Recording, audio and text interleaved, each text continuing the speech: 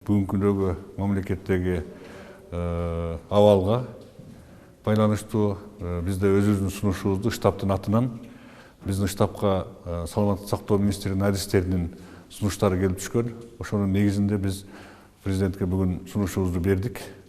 Мамлекеттеги оорулардын саны негизинен өзүңүздөр билгендей башында реагенттер боюнча, тест система боюнча бир топ маселелер болуп, кээ бир анализдердин баардыгы холодильникте замороженный болуп туруп калган. Бүгүнкү күндө ошонун баардыгынын толук анализдерин чыгарып бүткөрүлдү. 24 000ден ашык анализдер алынды. Ошонун негизинде мына азыр бүгүнкү күндө мына күнүнө 40-60га чейин баягы оорулардын пайда болуп атканы ошодон болуп атат.